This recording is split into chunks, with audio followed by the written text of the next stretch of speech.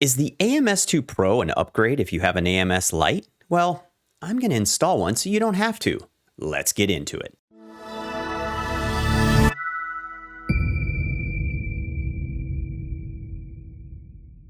Hey folks, welcome back to the channel. Is it worth it to upgrade to an AMS2 Pro from the original AMS Lite?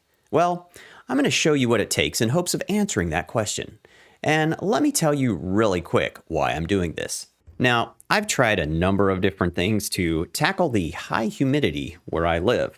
And I don't know if you can see these things, but these hygrometers on the front, one's showing 52% and the other one's showing 55% right now. And that's with desiccant pods in here. Even though this is a great design, where I live, it's just not cutting it. It only takes a day or two for that humidity to creep back up, and of course that's going to affect my filament. I've even tried using filament dryers attached to this, but I kept getting jams and things, so I finally bit the bullet and I ordered an AMS2 Pro.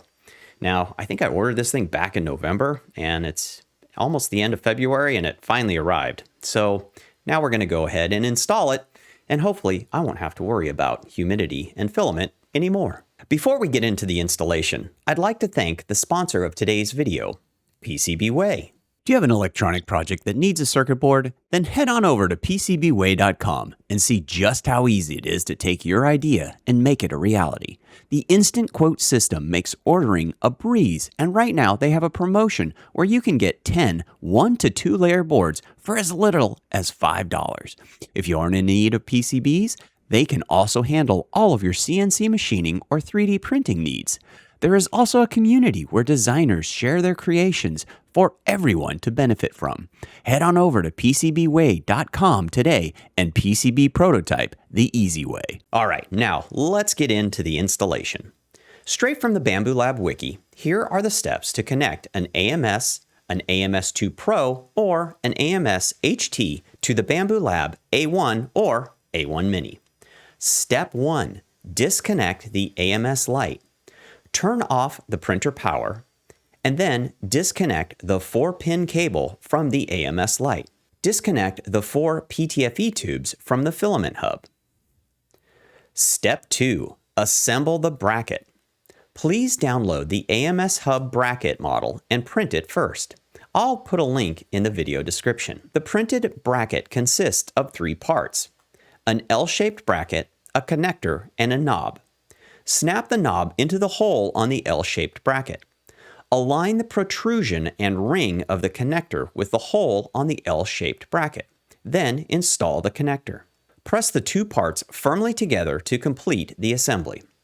After assembly, there will be a small angular range of movement between the connector and the L-shaped bracket. Step 3. Install the bracket and AMS hub. Mount the assembled AMS hub bracket onto the X-axis motor cover. Remove the AMS hub, cables, and PTFE tubes from the AMS hub packaging. Note, the long PTFE tube, about 600 millimeters, is for the A1, and the short PTFE tube, about 520 millimeters, is for the A1 Mini. Position the AMS hub with its outlet facing upward. Then slide the raised part on the side of the hub along the groove on the bracket until it clicks into place. Now you can turn on your printer. Step 4. Switch the AMS type. On the printer screen, tap Settings, AMS Options, AMS Type. Then select the AMS type you need to switch to.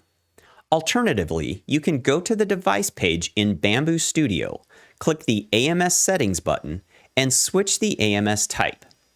After confirmation, the device will switch to the corresponding AMS type. Note, Bambu Lab recommends that you follow the steps below.